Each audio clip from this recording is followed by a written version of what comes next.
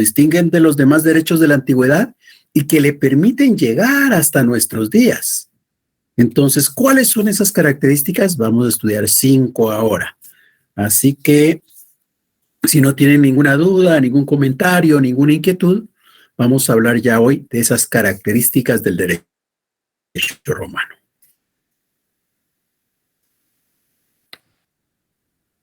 Bien. Entonces, hablando de esas características, les voy a compartir, me voy a apoyar en un video.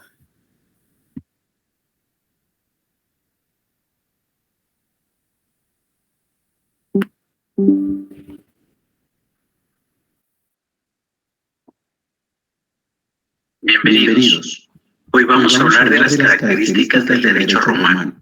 Vamos a buscar identificar las diferencias que tenía el derecho romano con los demás derechos de la antigüedad, con el fin de encontrar las peculiaridades que alcanzó este y que le han permitido trascender desde aquella época de la esclavitud hasta nuestros días. Vamos a identificar 5 características, 5 peculiaridades que va a mostrarnos cómo ese derecho logró llegar hasta nuestros días.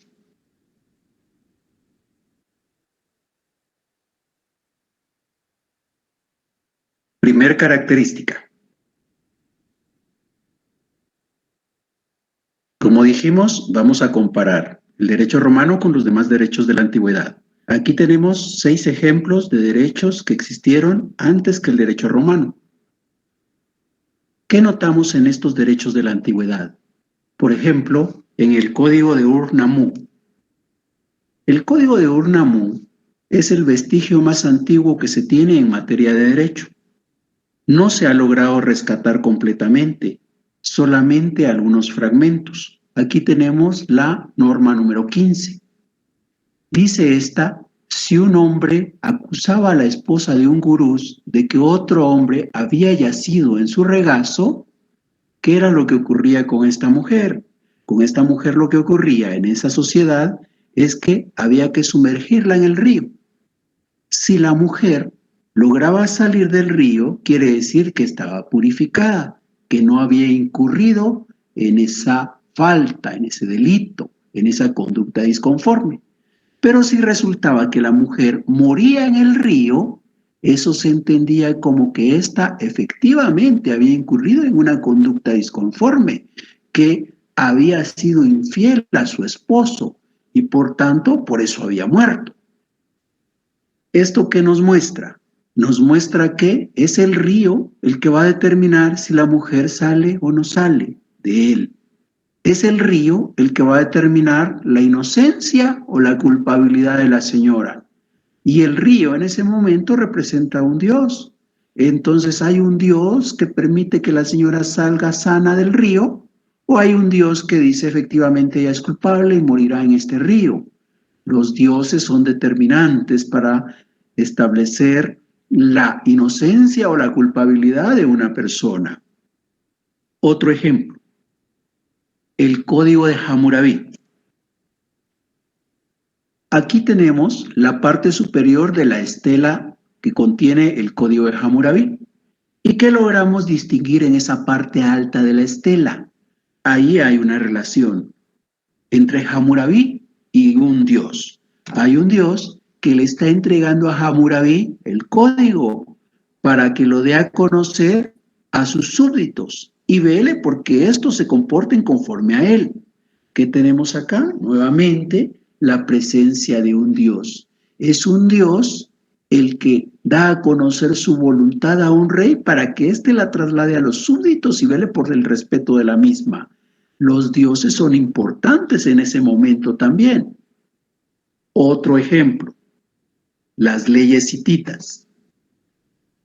Las leyes hititas han sido rescatadas, se ha logrado conservar las 2 tablillas, cada una contiene 100 normas. Aquí tenemos un ejemplo, la norma 75 de la primera tablilla.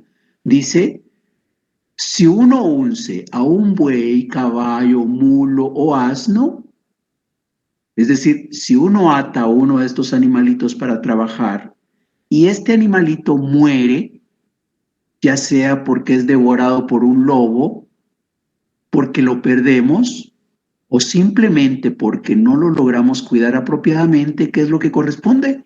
Compensar conforme a la ley al propietario. Pero esta misma norma señala que si ese animalito muere por la voluntad de Dios y nosotros así lo manifestamos, no incurrimos en responsabilidad. ¿Qué implica entonces acá? Nuevamente, la voluntad de Dios es importante. Si el animalito muere por la mano de Dios, entonces no tenemos responsabilidad. Pero si no, entonces habrá que cumplir con un resarcimiento. Otra vez los dioses se vuelven importantes. De igual manera ocurre con el código asirio, el derecho egipcio y el derecho griego. Todos los derechos de esta época se caracterizaban por estar vinculados con la religión. El derecho egipcio y el derecho griego encerraban una fuerte mitología. Por ejemplo, en el caso del derecho griego, ellos tenían una diosa, Temis. Temis es la diosa, la ley. Y de alguna manera era la hija de los dioses que había venido a este mundo para que pudiéramos regular la conducta de los ciudadanos. Otra vez los dioses están presentes. Como hemos dicho, ¿qué hay de común en todos estos derechos de la antigüedad? La importancia de la religión. Ahora, ¿qué ocurrió con el derecho romano? El derecho romano en un principio tuvo la misma característica. Allá en el derecho romano, las normas también tenían una fundamentación religiosa. Por eso es que normalmente se habla del fas y del nefas. El fas y el nefas está en las normas religiosas. El fas es lo permitido, el nefas es lo prohibido. Las normas religiosas nos dicen qué es lo que podemos hacer, qué es lo que no podemos hacer. Lo que podemos hacer es el fas. Lo que nos está prohibido, lo que no podemos hacer es el nefas. Igual que los derechos de la antigüedad que hemos explicado antes, el derecho romano también tenía esa característica. Sin embargo, conforme el derecho romano fue evolucionando, vamos a notar una diferencia. Allá en Roma llega un momento en el cual los ciudadanos romanos van a incidir en la formulación de las leyes. Por ejemplo, para los romanos cuando definían una ley, decían que una ley era la expresión de la voluntad del pueblo. ¿Por qué los romanos cuando definen ley dicen que es la expresión de la voluntad del pueblo? Lo dicen por el procedimiento que se seguía para la formulación de una ley. Para formular una ley en la época de la República, los romanos seguían este procedimiento. Había un magistrado que era un funcionario público que consideraba conveniente la creación de una norma. Entonces preparaba una propuesta. Esa propuesta era dada a conocer en una asamblea popular. En la asamblea popular decidían si aquella propuesta del magistrado era conveniente para la sociedad, si valía la pena hacer la ley, volver la ley. Si en la asamblea votaban a favor de que la propuesta se convirtiera en ley, entonces iba a ser ley. ¿Qué era lo que quedaba? Trasladarla al Senado para que ratificara la voluntad de la asamblea. Pero quien estaba determinando si algo se volvía o no ley era la asamblea popular, la asamblea integrada por todos los jefes de familia de esa sociedad. Por eso es que los romanos definen la ley como la expresión de la voluntad del pueblo. Ahora, a esas normas que se fueron creando siguiendo ese procedimiento, definitivamente las estamos separando del aspecto religioso, porque aquí no son los dioses los que crean las normas, son las asambleas populares. No son los dioses los que velan porque las normas se respeten, no, son autoridades elegidas por estas asambleas populares. Estas normas que están naciendo separadas de lo religioso se van a conocer como el ius. El ius es el derecho romano. El jus es el conjunto de normas creadas para regular la conducta externa de los ciudadanos romanos. Jus es el derecho de Roma, el derecho creado por los romanos. Entonces, ¿qué notamos acá? Una peculiaridad, una característica que distingue al derecho romano de todos los demás derechos de la antigüedad. Esta característica implica la separación entre las normas religiosas y las normas jurídicas.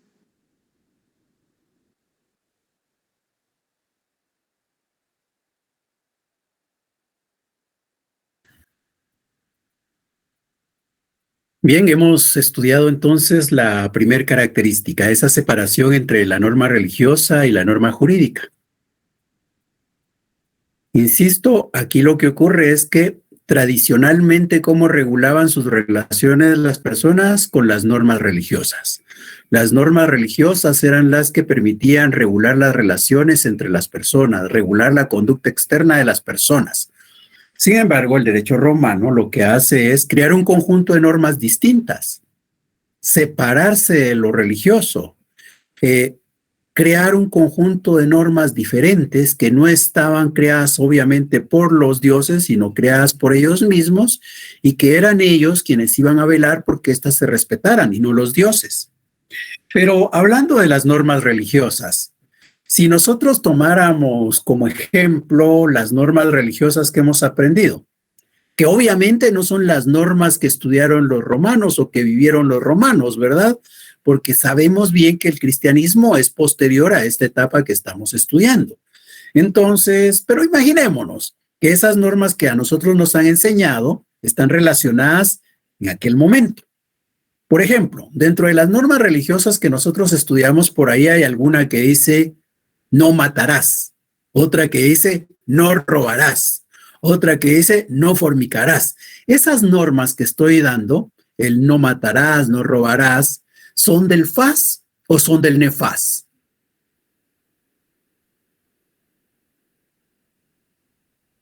Del NEFAS. Muy bien, esas son del NEFAS, ¿verdad? Pero en el ámbito de la religión también aprendimos otras normas.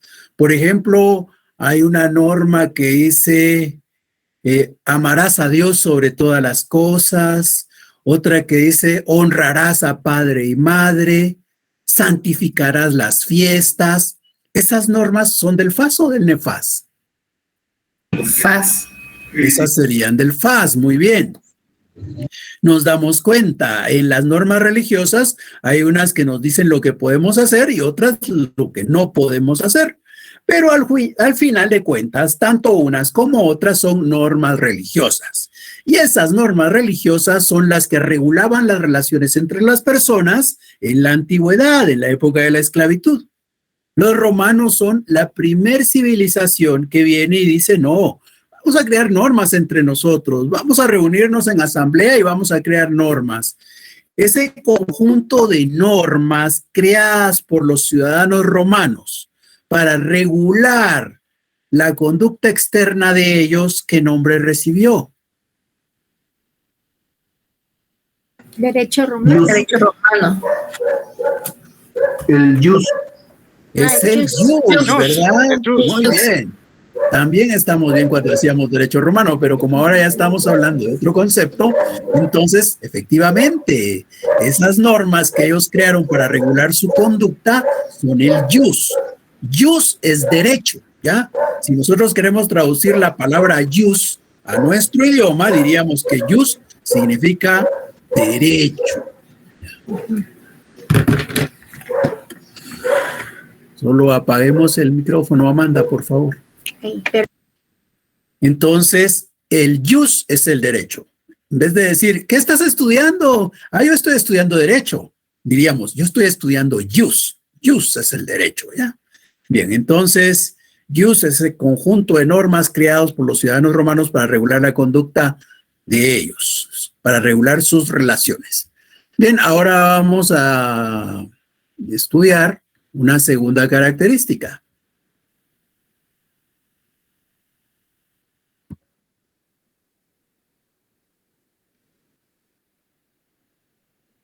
Segunda característica. Nuevamente vamos a comparar el derecho romano con los demás derechos de la antigüedad.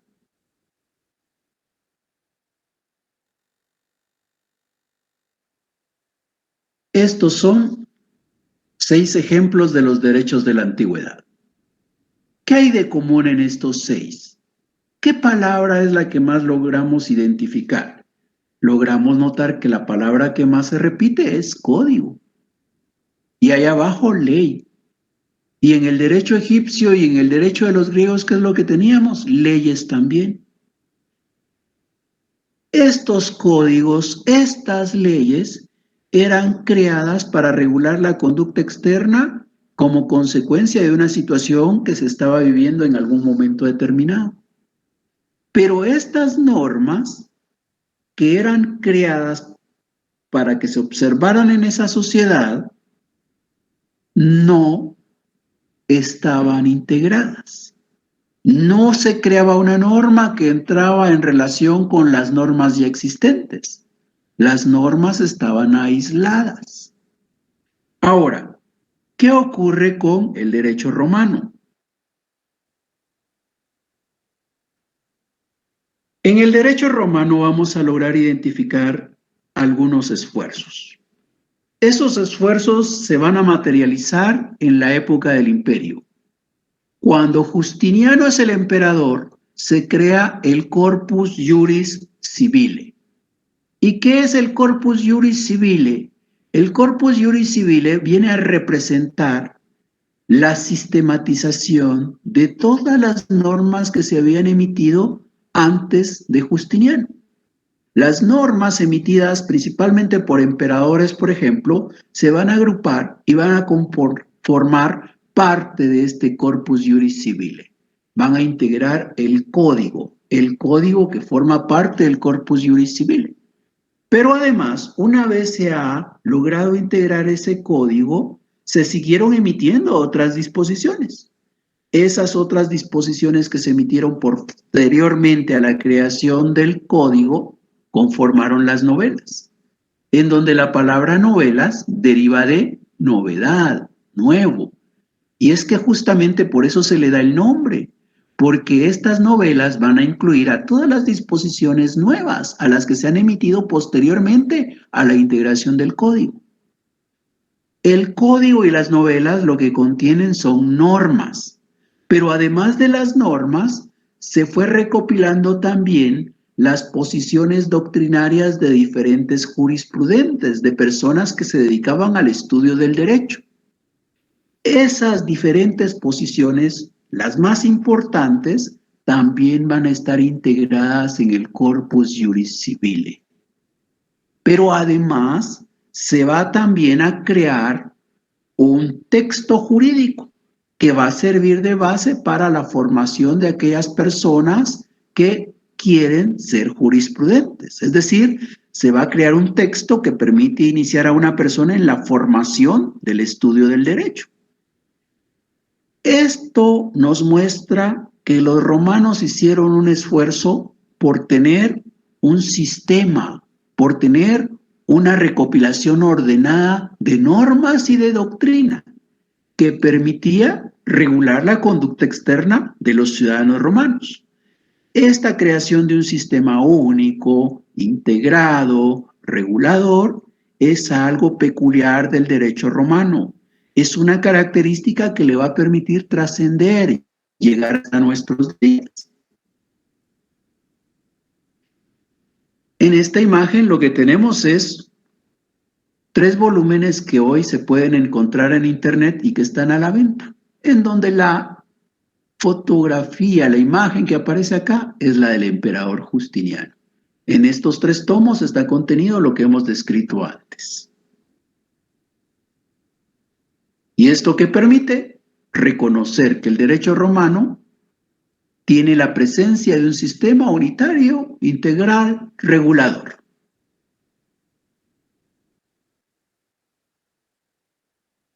Tercer carácter.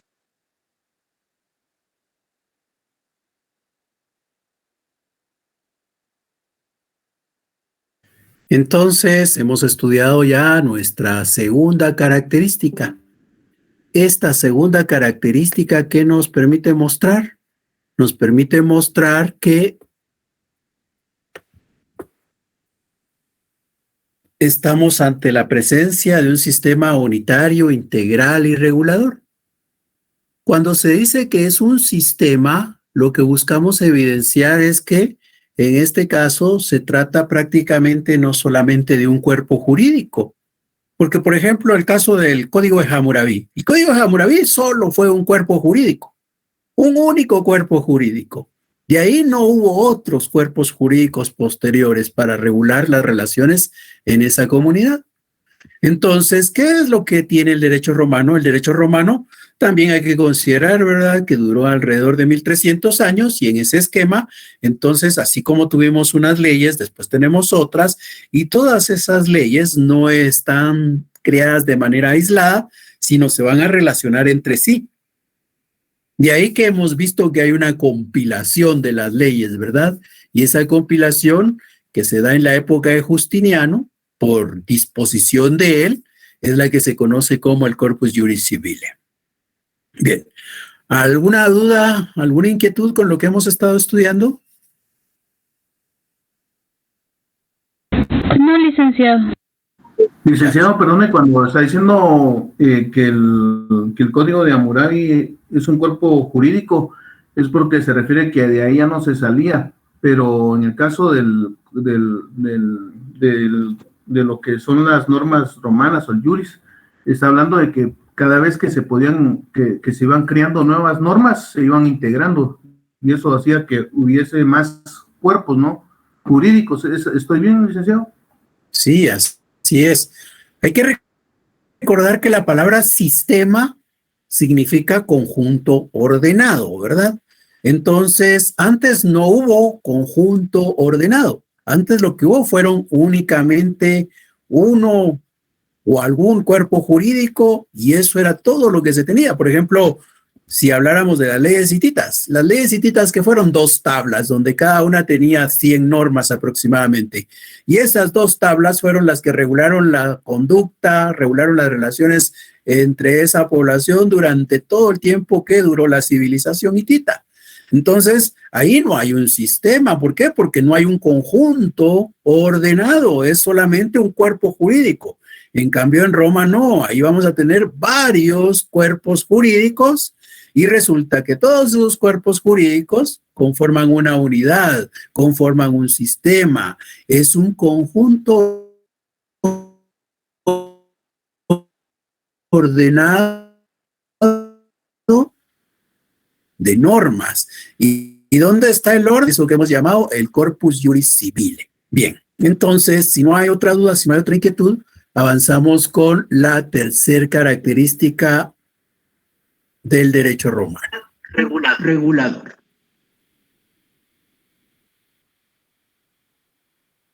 Tercer característica.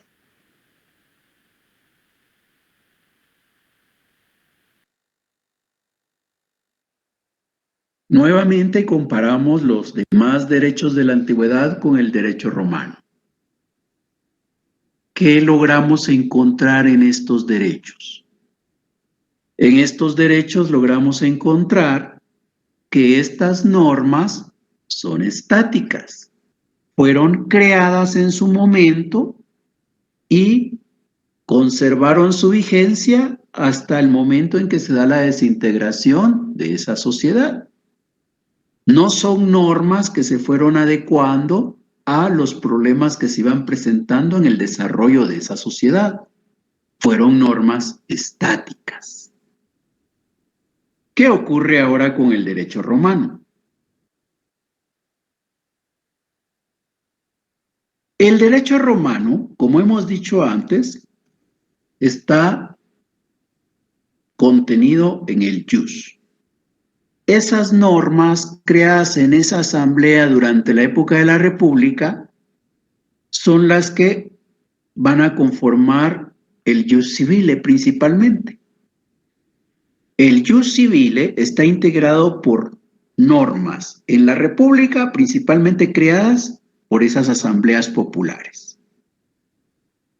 Ahora, ¿esas normas eran estáticas o no? Bueno, en principio No. podríamos decir que eran estáticas como las anteriores que hemos descrito. Sin embargo, como estas no eran creadas por dioses, sino por seres humanos en una asamblea, resulta que estas asambleas se celebraban periódicamente. Consecuentemente, existía la posibilidad de poder modificar las normas. Sin embargo, no es esta la característica que más va a permitir la adecuación del derecho, sino que es otro componente. Imaginémonos una situación. Imaginémonos que el principal derecho que se va a buscar proteger es el de la propiedad. Entonces, seguramente en esa asamblea se van a aprobar normas orientadas a proteger la propiedad privada. Los ciudadanos romanos que participaron ahí eran propietarios de la tierra y velaron porque ese derecho no fuera vulnerado. Ahora, la sociedad sigue su desarrollo. Lo común es que siempre queden entre todas esas propiedades espacios físicos que probablemente como consecuencia de la situación geográfica o por otro motivo, nadie los tiene en propiedad. Son espacios que han quedado libres. De repente, llega alguien a la ciudad, encuentra un espacio que no es de nadie y se establece ahí. Entra en posesión de esa tierra. Ahora imaginémonos que ese señor que ha entrado en posesión de esa tierra, pasados los años, sufre una amenaza. La amenaza ya sea de un vecino que dice, ay, pero si esa tierra no era de nadie, ¿verdad? ¿Por qué no corrí mi cerco y la hice parte de mi propiedad? O la amenaza simplemente de otro ciudadano.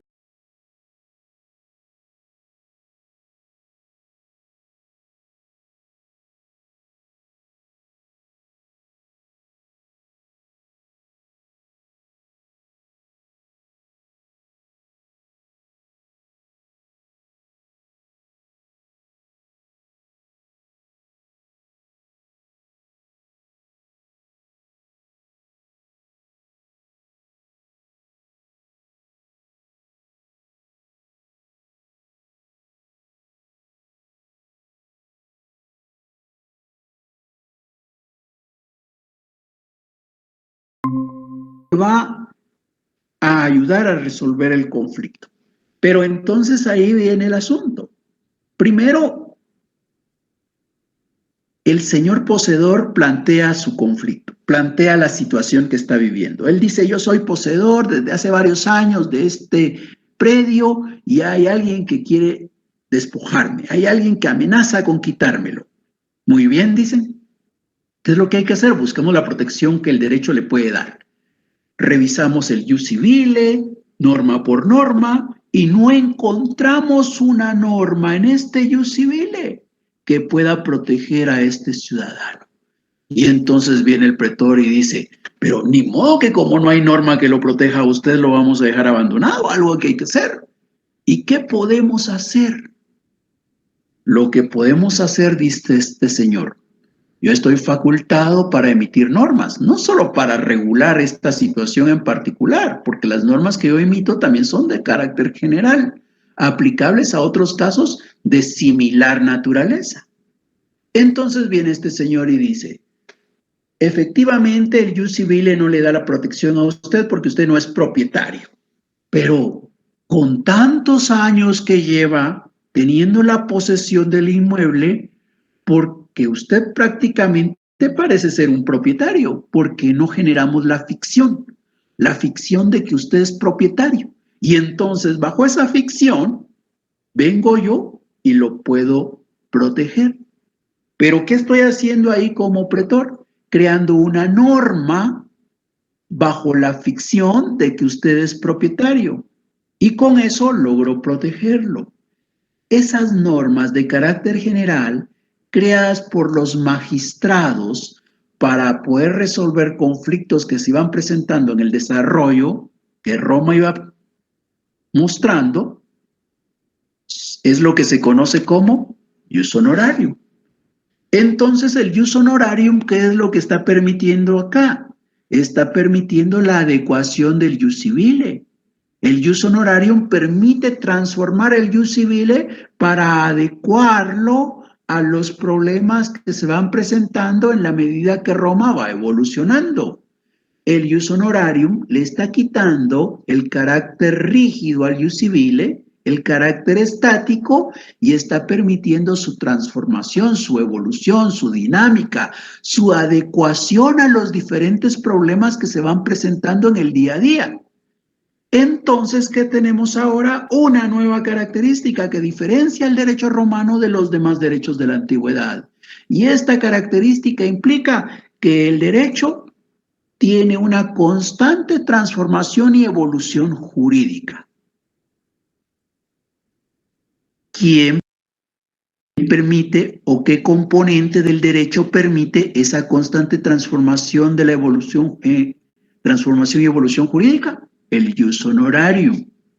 El ius honorarium permite la transformación y evolución del ius civile. Esta característica es peculiar del derecho romano. No se presentó antes.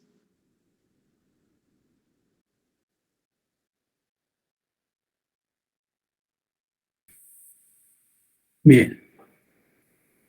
Entonces tenemos ahora una tercera característica, ¿verdad?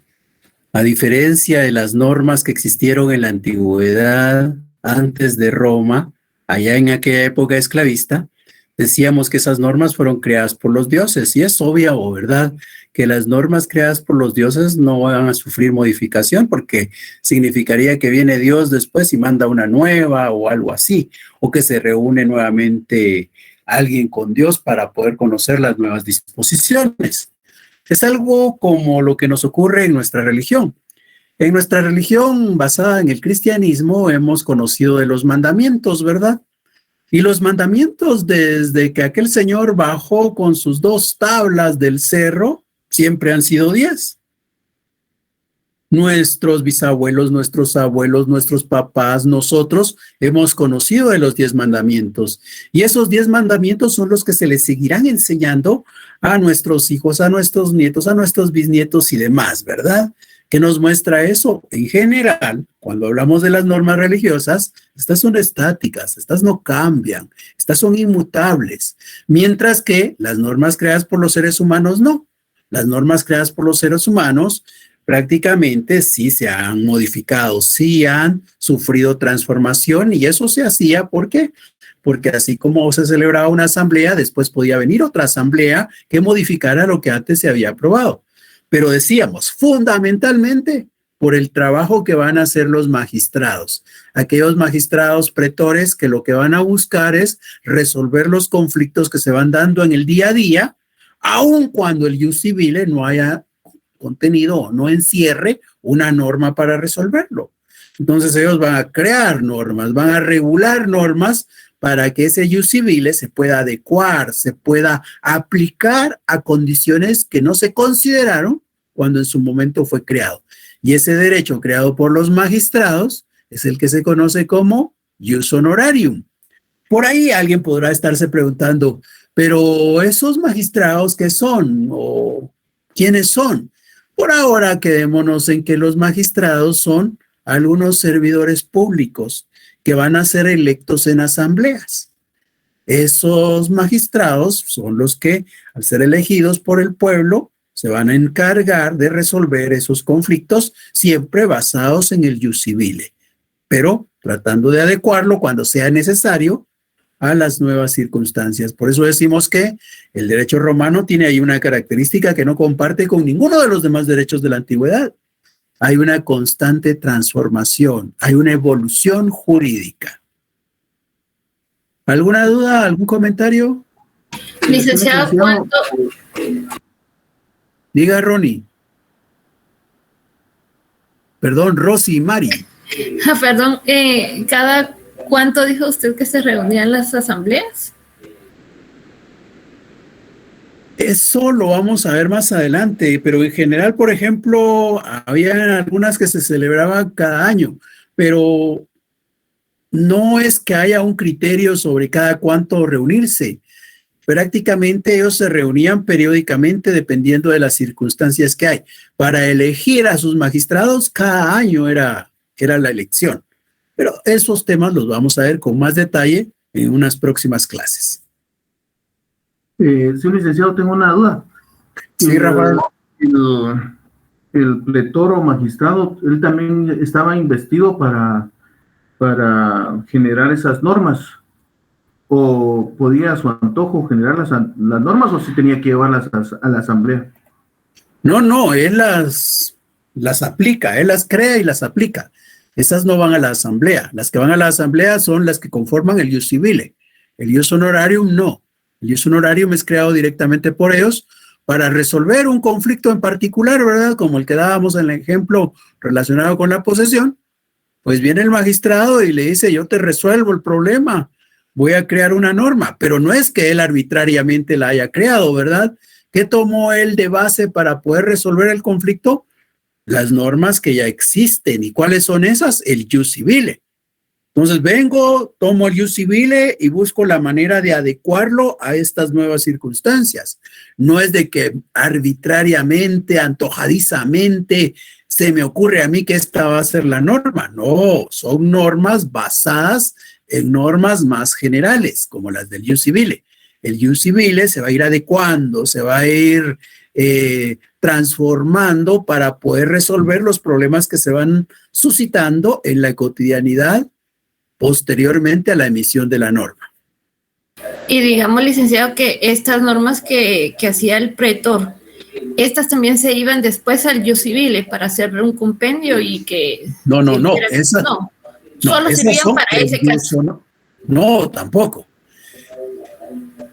Como dijimos, las normas del ius honorarium venían, como en el ejemplo, ¿verdad? Hay un conflicto entre dos ciudadanos.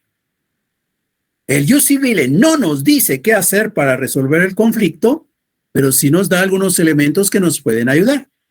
Entonces, como magistrado vengo y basado en el ius civile, creo una solución para este conflicto que tengo enfrente. Cuando yo vengo y basado en el ius civile he creado una norma para resolver este conflicto, estoy creando normas jurídicas, ¿verdad? Esas normas jurídicas que estoy creando como magistrado, pretor, van a venir a integrarse al ius honorarium. Y ahí están disponibles para ser utilizadas en cualquier otro conflicto que sea semejante a aquel que he resuelto. Eso quiere decir, si mañana viene un conflicto que es parecido, ya sé que no hay ius civile, pero también ya sé que hemos creado ius honorarium. Entonces tomo el ius honorarium y resuelvo el conflicto. Si otro magistrado de otro lugar también tiene el conflicto, pues dice, ya hay una norma que no está en el ius civile, pero está en el ius honorarium y que nos va a ayudar a resolver el conflicto. El ius civile y el ius honorarium en conjunto son todo el derecho romano, el ius del que antes hablábamos. Eso quiere decir que, por lo visto ahora, podríamos afirmar que el ius, el derecho romano, el ius, tiene dos componentes. Uno es el ius civile y el otro es el ius honorarium. El ius civile es el que ha sido creado en la asamblea. El ius honorarium es el que se crea por parte de los magistrados pretores cuando van resolviendo conflictos basados en el ius civile.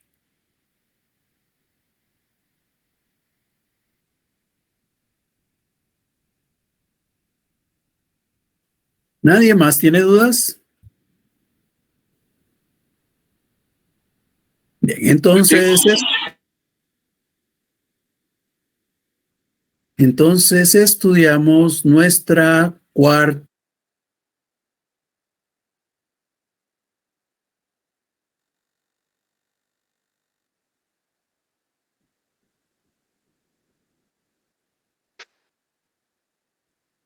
cuarta característica.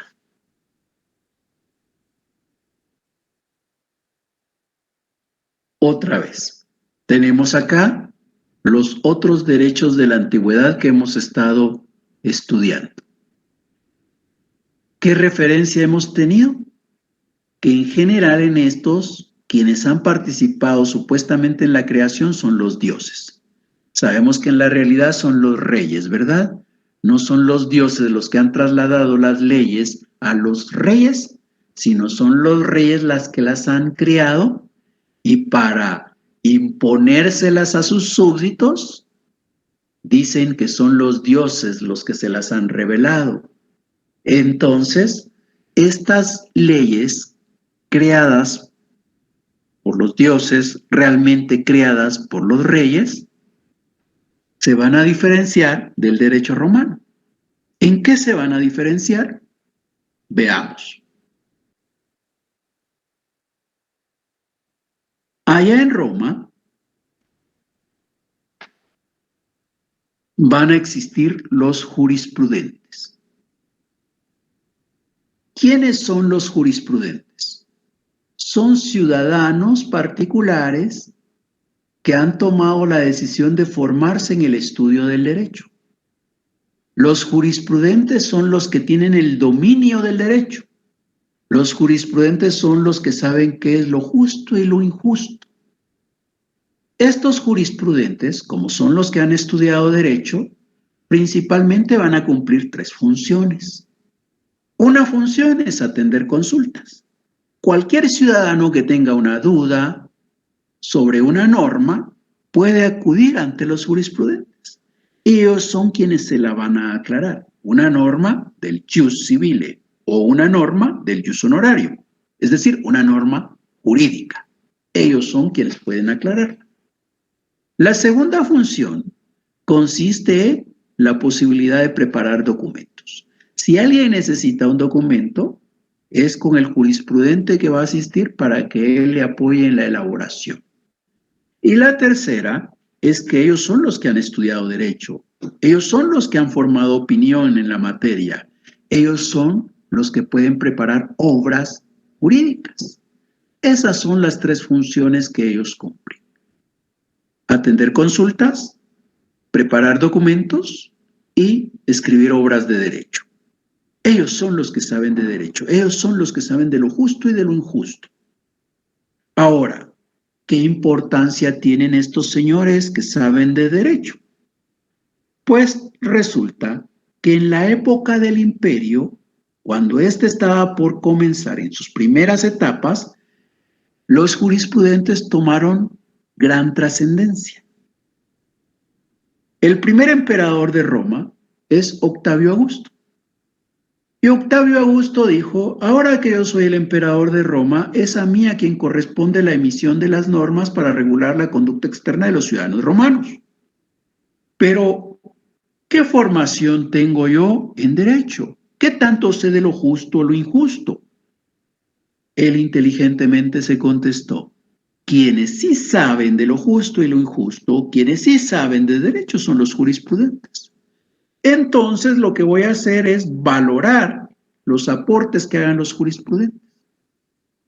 Los jurisprudentes son quienes se van a encargar de elaborar las propuestas de normas, se las van a trasladar al emperador y el emperador Octavio Augusto dice, ustedes son los que saben de derecho, ustedes son los que saben de lo justo y lo injusto.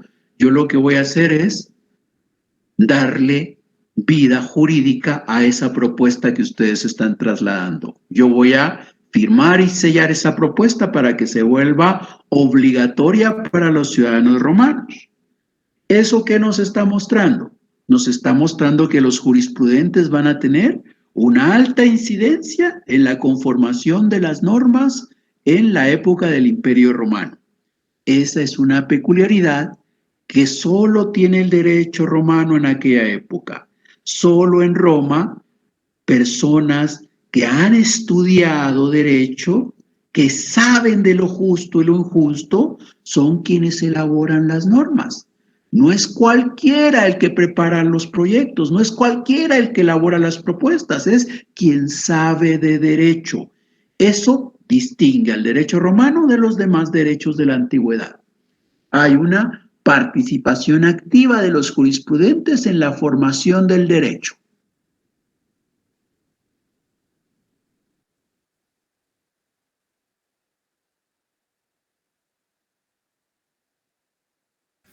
Bien, Entonces hemos estudiado la cuarta característica, ¿verdad? Esa cuarta característica que nos muestra la participación de los jurisprudentes. Ahora ya sabemos quiénes son los jurisprudentes, ¿verdad? Alguien que nos pueda describir quiénes son los jurisprudentes y si podríamos encontrar a alguien que tenga esa función en la actualidad. Licenciado, los jurisprudentes, como bien se indicaba, son aquellos que se encargan de interpretar la ley e indicársela a algún ciudadano que tenía alguna duda. Y en la actualidad estaría representado por los abogados. Muy bien, Kevin, exactamente.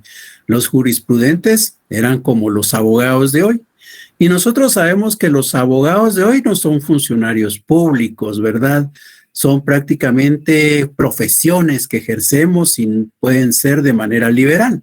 Igual ocurría allá con los jurisprudentes. Los jurisprudentes no es que, como es jurisprudente, seguramente es una autoridad o es un funcionario público o es un servidor público. No, el jurisprudente era igual que podríamos haber encontrado un herrero o un agricultor o un comerciante, un artesano.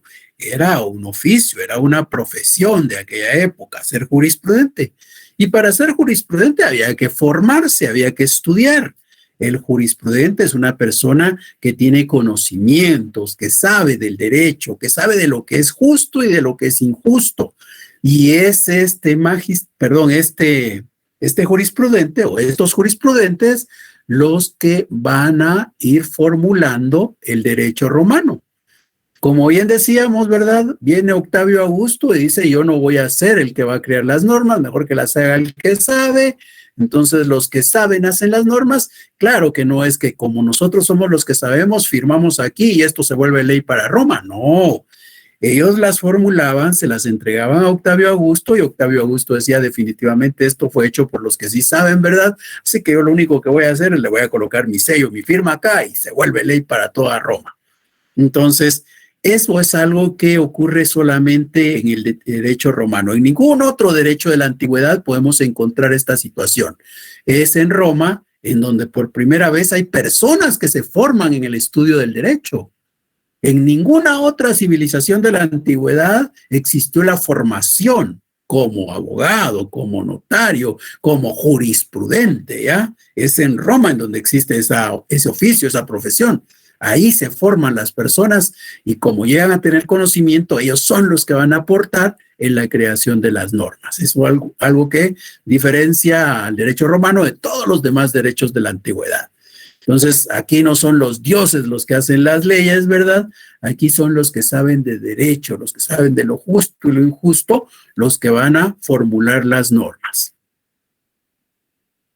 Bien, ahora estudiamos la última característica, la quinta.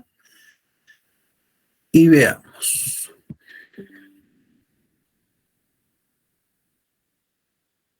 Quinta característica.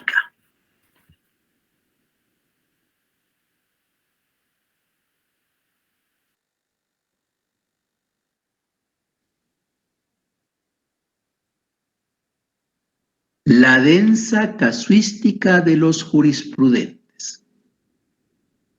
Densa porque es abundante. Casuística deriva de casos. Hay una densa acumulación de casos por parte de los jurisprudentes. Cuando hablamos de una densa casuística, nos estamos refiriendo a que hay una recopilación de normas, hay una recopilación de doctrina, de posiciones, de jurisprudentes que existieron antes. Esa acumulación de normas y de doctrina es una característica que tiene el derecho romano y no presentan los demás. Es la primera oportunidad en la historia en la cual hay personas que se han dedicado a ir recopilando, a ir recabando las distintas normas que se han emitido, las distintas opiniones que se han pronunciado. Y esto es lo que dio lugar en su momento, como hemos dicho, a la conformación por parte de estos jurisprudentes, claro, por instrucciones de un emperador, de el Corpus Juris Civile. El Corpus Juris Civile se integró por instrucciones del emperador Justiniano y nos muestra la recopilación que se dio de todas esas normas y de todas esas posiciones doctrinarias. Esta densa casuística es una característica propia del derecho romano, algo que lo diferencia de los demás derechos de la antigüedad y que le permite trascender hasta nuestros días.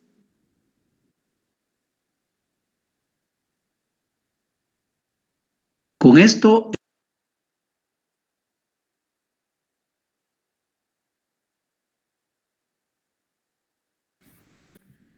Bien, entonces hemos estudiado la quinta característica del derecho romano.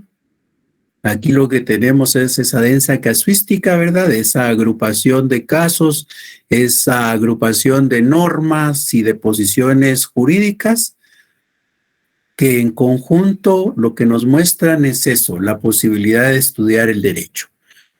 Algo que no existió en ninguno de los demás derechos de la época de la antigüedad. ¿Alguna duda, alguna inquietud, algún comentario? Lick, disculpe, con una cosita.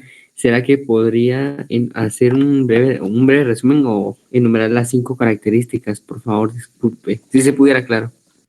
¿Cuáles son las que usted tiene?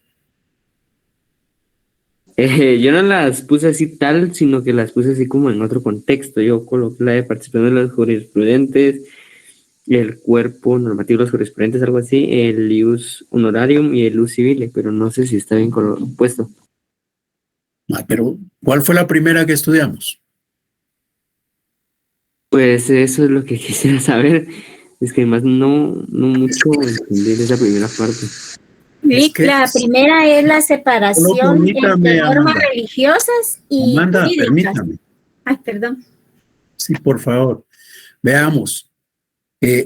Hay que tener cuidado ya, porque tal vez cuando se está hablando o cuando estoy hablando pareciera que estoy diciendo muchas cosas y que todo es importante y entonces empezamos a escribir y a escribir, pero la verdad es que toda la exposición tiene una estructura y la estructura de alguna manera va mostrando la esencia.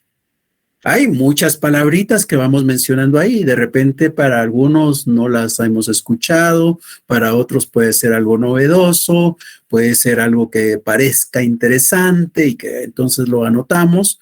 Y qué bueno, ¿verdad? Pero por favor, tengamos cuidado porque la estructura es la que nos va a ayudar a poder ir comprendiendo. Ahora sí, Amanda, nos decía usted ya las características. Díganos la primera, por favor. Bueno, la primera es la separación entre normas religiosas y jurídicas. Muy bien. Usted explicó que los códigos anteriores con eso es suficiente, Amanda. ¿Cómo? Bueno, gracias. Gracias. Muy bien. La segunda que usted mencionó es la presencia de un sistema unitario integral regulador. Sí, la existencia de un sistema único, regulador, integrado, muy bien, esa es la segunda característica. La tercera característica es constante transformación y evolución jurídica. Sí, tuvo una constante evolución, una constante transformación jurídica. La cuarta característica, participación activa de los jurisprudentes en la formación activa del derecho. Sí, la participación de los jurisprudentes en la creación del derecho. Esa es la cuarta característica. ¿Y la quinta? La densa casuística de los jurisprudentes. Muy bien. Entonces son 5 características las que hemos estudiado. Bien. ¿Alguien más tiene alguna duda, algún comentario, alguna inquietud? Disculpe. No, para servirle, Kevin. Bueno, si no hay dudas, si no hay comentarios, nos quedamos acá entonces y estamos nuevamente en clases el próximo viernes. El próximo viernes vamos a estudiar los conceptos fundamentales del derecho romano. Al hablar de los conceptos fundamentales, vamos a ver algunos términos que ustedes ya estudiaron en el curso de derecho que recibieron en el semestre anterior, solo que vamos a buscar ubicarlos en aquella realidad, en la de la sociedad romana. Sí, Luis Fernando. Solo una preguntita. Por ejemplo, el ius honorarium, ¿podríamos como asimilarlo como jurisprudencia? Tomando en cuenta que la jurisprudencia son sentencias. En cambio, en Sí, esto sí. sería como las normas. Pero Sí. podría haber como una cierta relación ahí. Es muy parecido, pero para quedar con mejor precisión en el concepto, en la próxima clase, cuando hablemos de los conceptos fundamentales, ahí vamos a tratar el tema de la jurisprudencia y ahí nos va a quedar con más claridad el concepto. Muchas gracias, licenciado. Para servirle. Bien, entonces, muchas gracias por su atención, se cuidan y estamos nuevamente el viernes, siempre a las 16 horas.